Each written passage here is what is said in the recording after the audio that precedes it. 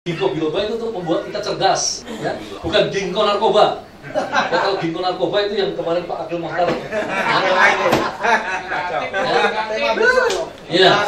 Nah, tapi saya melihat dalam naskah, paling tidak dalam naskah ini, RUU ini ada upaya pemerintah untuk menonjolkan nasionalisme ekonomi.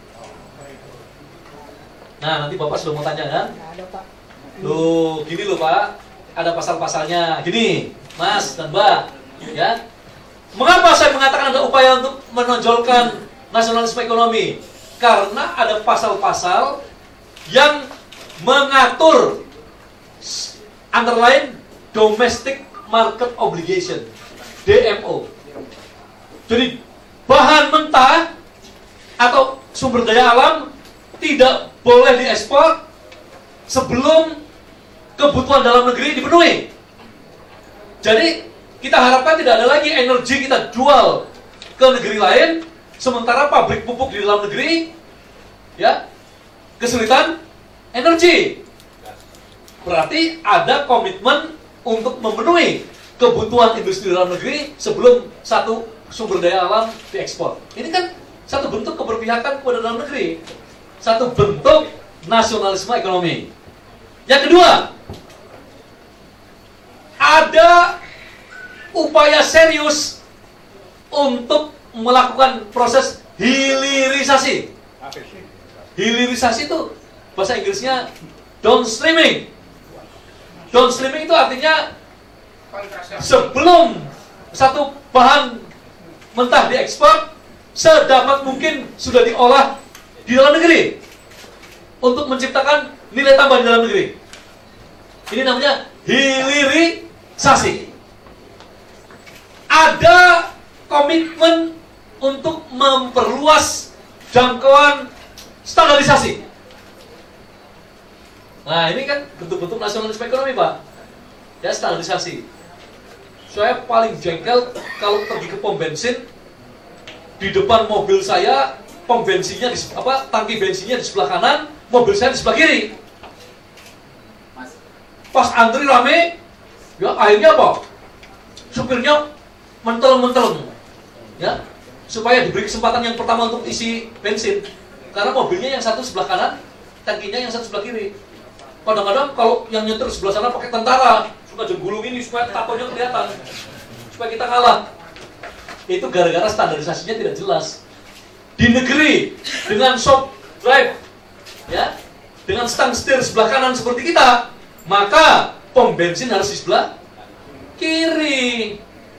Supaya apa? Supaya lebih efisien. Orang turun, berhenti, langsung jeglek, dibuka, ya.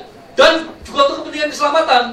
Kalau ada apa, bensinnya meledak, orangnya masih bisa menyelamatkan diri. Itu sebabnya pom bensin di sebelah kiri. Tapi banyak mobil masih tangki bensinnya di sebelah kanan. Nah, itu contoh-contoh aja. Ya, jadi intinya begini. Intinya saya melihat dalam undang-undang ini ada upaya untuk menonjolkan nasionalisme ekonomi. Tapi juga ada pasal-pasal yang masih harus dicermati. Budaya misalnya. Tidak ada negara industri yang bisa sustainable, bisa lestari kalau tidak didukung oleh budaya industri yang kuat. Ciri budaya industri adalah salah satu contoh aja, tepat waktu, ya, benar nggak? Kalau kita tidak menghargai waktu, time is money, ya, kita tidak bisa menjadi negara industri yang maju. Itu sebabnya waktu saya sekolah di Eropa 6,5 tahun, setiap kali saya menyegat kereta api atau tram, ya, itu saya tahu persis 2 menit sebelum saya ketinggalan kereta, saya sudah ada di terminal berdiri, ya, karena saya tahu persis saya naik kereta pukul 11,02. Begitu saya terlambat 1 menit, pintu sudah ditutup. Di Jepang lebih gila lagi subways-nya, terlambat 45 detik Anda ditinggal. Di Indonesia terlambat 1 jam Anda masih ditunggu. Apalagi kalau busnya masih kosong, ya. Rapat pun Pak Marzuki Ali, ya, menunggu sampai quorum. Nah, ini katanya ini lembaga politik, tidak bisa pakai perhitungan time is money, ya. Ya. Oke? Nah, jadi intinya perlu budaya industri yang tangguh. Nah, pemerintah mempunyai tugas untuk apa? Untuk ikut melakukan sosialisasi, edukasi, dan melahirkan pusat-pusat agar apa? Agar muncul budaya industri itu. Contoh, Mas, ini yang di depan. Maaf, Mas. Pernah lihat merek resletingnya nggak? Resleting kita. Mereknya apa? Nah, resletingnya YKK. YKK singkatan apa? Nih, YKK itu singkatan Yoshida Kabushiki Kaisa. Ya. Mengapa disebut Yoshida Kabushiki Kaisa? Karena yang mendirikan adalah Mr. Yoshida, yang merupakan anak nelayan.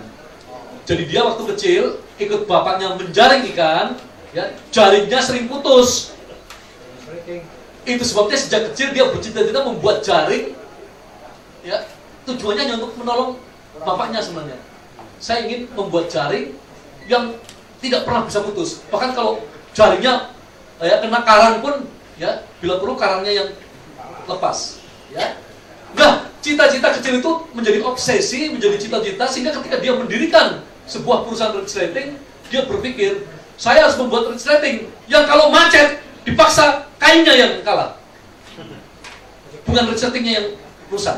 Nah, akhirnya Yoshida Kabushiki Kaisa menjadi perusahaan terbesar di dunia untuk menghasilkan resleting yang sederhana aja.